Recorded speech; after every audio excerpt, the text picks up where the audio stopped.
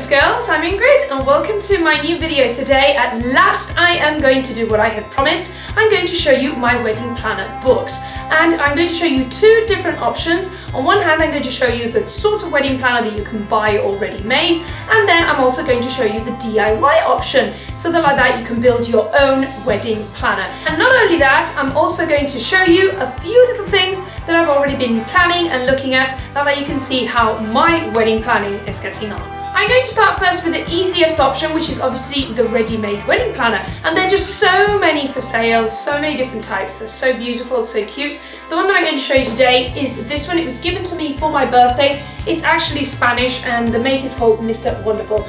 The good thing about a ready-made wedding planner is that you don't really have to think or do anything. You just have to complete it. And it does give you a lot of tips and tricks and some ideas, so that's good. And there may be things that you haven't thought of, which will be included in the book. The problem about a ready-made wedding planner is that there really isn't much extra room for more ideas or things that you might want to fill in. Sometimes you can only put like 2 or 3 options that you are maybe thinking of. So if you want to put loads of ideas, if you want to add cutouts and pieces of cloth and things like that, this is not probably the best option for you. But I do think that it's worth picking one up, because what I'm going to do with this one is fill it in when I've already decided things, and like that it will sort of be like a memento of all the wedding planning that I did. So I can keep this as a sort of like an album in some sort of way. So just running through some of the pages of this very cute book. This is obviously really beautiful to keep as a memento. As you can see, you just fill in all the information. It's got some tips and tricks, some beautiful pictures, some inspiration, and there's space to add some ideas and things like that. But as you can see, some of the options, say for example, the venues, you only have 4 spaces to fill in. So if you have actually looked at more than 4 venues, you can't really fit them in this book. So I basically just added the information of my 4 favourite venues. Then it also comes with a little sort of planner, so you fill in with all the things that you're supposed to do and the date, and you can take it off. And it has a sort of address book section, so you can fill it in with all the telephone numbers and email addresses of all the caterers and things like that. It's a little bit strange because you get 6 spaces for everything. So you have 6 spaces for the dress and 6 for the photographers and 6 for the video, which is a bit strange because if you've only really thought of one photographer, for instance, why do you need another 6 spaces? But anyway. Then we have another section again with contact numbers and all that of the photographer and the video, so it's a little bit of a repeat, if you know what I mean. Then you have a little section where you can actually fit in cutouts, although not very many at all. So I would probably just fill this in with my dream dress, or the one that I actually choose in the end. And one of the most useful sections of this book is probably the guest list. So it's got a very big guest list, and you can add their email and telephone number and whether they've said they're going to go or not. Then there's another section to organize your tables. I would probably just fill this in when I've actually decided, because this just looks really beautiful and I want to leave it nicely organized rather than just all messed up, because as you can know, organizing your tables can be a big problem. We cannot forget other people and obviously the groom, so it's got a little section where you can add how you picture him, and then you can also put photos or pictures of the bridesmaids' dresses or your mother's dress. Next there is a section about food and drink, so you can fill this all in. And finally we have a space for flowers and decorations, but as you can see, there really isn't that much room, so basically I'm just going to fill it in with what I finally choose in the end. Another section that I find very useful is the one about songs, so you can add all of the songs that you would like to use and at what moment, and like that you can remember forever and ever what song was playing at each moment. One of my favourite things of the book is a very small section near the end where you write a little note to your fiancé and he writes a little note to you, and then you can read it on the day. I think that's really cute. Perhaps we won't do it on this book, maybe we'll write each other a letter and then I'll write it on this book to remember forever, but I thought that was a very nice thing. And finally you have a section to organise the timetable on the day of your wedding, and also a little section for the honeymoon. So as you can see, there are lot of different sections in the book, but there isn't really much room to add lots of different options. So I think that I will be filling this in when I have actually decided the things, and like that I can keep it just to remember what the wedding planning was like.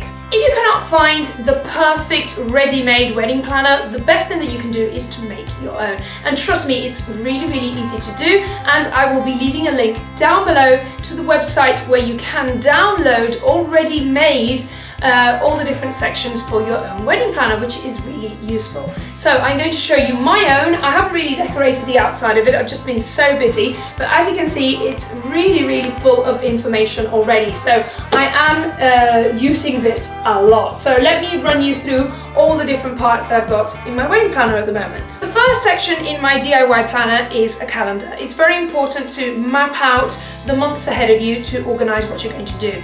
And here first I've got this year and the things that I have to do in each month, or the things that I have been doing, and I've been also writing the dates when I have to do it. I actually haven't done anything in the month of August. I possibly won't be doing much until September. And then I've got next year, but I still haven't filled anything out. The next thing that I suggest you do is to print out a list of things that you have to do for the wedding.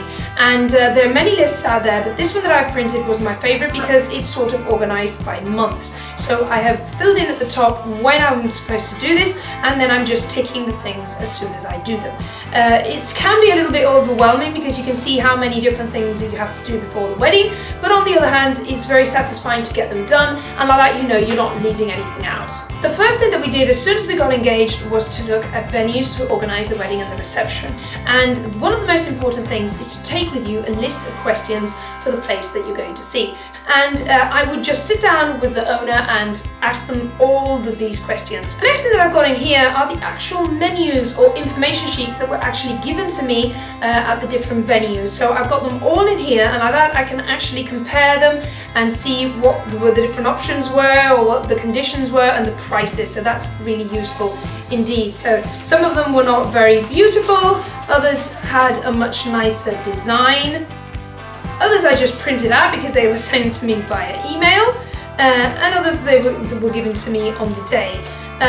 All the different venues were very different. It was very difficult to choose between them. So what I did next was to actually complete this wish list. So in this wish list, what I did was to write the information of all the different places, and then I added the price and the note, so the best and the worst about each place. And like that, it was very easy to see clearly what the best and the worst things were for each place, and like that I could actually reach a decision. Once I confirmed the venue, I will fill this in. Actually, I've already confirmed the place, but I haven't filled this in yet. I also have another section to organise the tables and also the children if they are coming, and whether they need a special menu and how old they are. But I obviously haven't started filling this in yet. This next section I haven't actually completed yet, but I think it's really important. And basically this is to assign tasks to different people on the wedding day. And this is very important because when you're on your wedding day, you just want to enjoy yourself. You don't want to have to be worrying about certain things. So if you actually delegate and you choose a person to do each task, you will make sure that the things get done and you won't have to worry about it whatsoever. The next section is the guest list, and it's extremely important. It's actually one of the first things that you should complete, because when you go to look at venues and things like that, you need to know more or less how many people could be at your wedding. Obviously not all of them will go, but it is important already to start organising them. The next section is a little address book with the most important things. I've already filled in some of the information like the venue, the photographer, the videographer, but obviously haven't booked everything yet. Now, this section I've been having quite a lot of fun with, and it's all to do with my wedding dress. And first of all, here we have a section where you can fill in the different dresses that you try on, and you can rank it, and you can put the price and all that. Obviously I haven't tried any wedding dresses on yet. And then the next thing that I did was basically to fill this in with cutouts from magazines of dresses that I have liked. Obviously I haven't tried any on, so maybe the one that I get in the end has absolutely nothing to do with these, but still I thought it was nice to add some inspiration and some pictures. I hope my boyfriend isn't watching this, although in the end it might not be at all like what I choose, so I'm not too worried about that. I've also got a little section for the groom so he can actually write down information about his suit, when he's supposed to try it on, and also when he's supposed to pay for it. The next part is to fill in with the information about gifts for the guests. In Spain you always give quite a lot of gifts, so I'm supposed to fill this in with different ideas, or basically the ones that I have chosen. Next section is related to beauty, which should be one of my favorites, but I'm actually a little bit worried about because I'm not too sure what I want to look like and who is going to do my hair and makeup on the day, because I usually do the makeup myself. I've also added some information sheets from places that I've already inquired. Some cutouts from magazines of things that I have liked at the moment, especially related to hair. Now, the next section is one of my favorites. It's related to the photographer. I actually haven't filled this in yet, but I should because I've already booked my photographer. I'm really happy with him. He's really nice and I absolutely love the photos, and I have included here his little information booklet. Next section is the videographer. It isn't something that I had thought of originally, but as soon as you see some wedding videos, you realise that you want one too. This next section is for music, so I can fill in the different songs that I have chosen for each moment, and also the information related to the DJ or music group that I have chosen on the day, and I have also included the information of different groups of things that I have already booked. The next thing that I should start looking into is the florist, and I haven't actually had a look at all. So I've only been looking at photos of flowers and colours and things that I like, but I haven't got around to actually looking at any different companies. Near the end of my DIY planner, I have one of the most important sections, which is actually the budget. It's so important, but at the same time so difficult to allocate your budget because you don't really know how much things are going to cost. This is very useful because it does tell you more or less what percent should be allocated for each thing. So reception should be about 48 to 50%, the ceremony 2 to 3%, the dress 8 to 10%, flowers 8 to 10%, so like that you can sort of calculate it. Mustn't forget the wedding bands, so I've got this little section here which reminds me which ones I have chosen, the price, and when I'm supposed to go and pick them up, but I haven't had a look at them yet.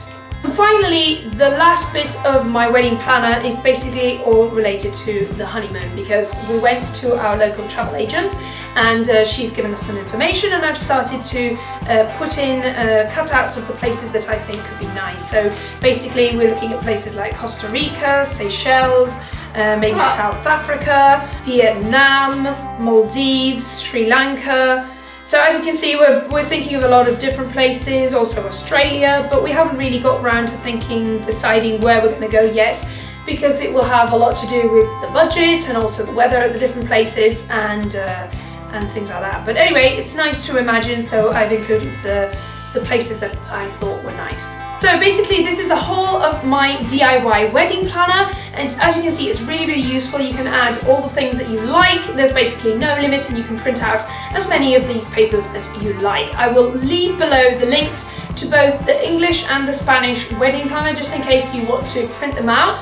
They are very useful indeed, and you can just make your own wedding planner really cheaply and fill it in with lots and lots of information, and it's just so exciting. I hope that you have enjoyed the video and it's given you a lot of tips and tricks to plan your own wedding, and if you're not planning a wedding yet, I hope you've enjoyed yourself checking out the things that I have been doing. Thank you ever so much for watching. Don't forget that you can subscribe completely free to my channel so that you won't miss any more videos. Thank you ever so much, and see you in my next video. Bye! A small amount all over your face and then rinse it off with water. And I really like it because it's very soothing on the skin because of the aloe vera. So it's balancing, as the name says, and it doesn't leave your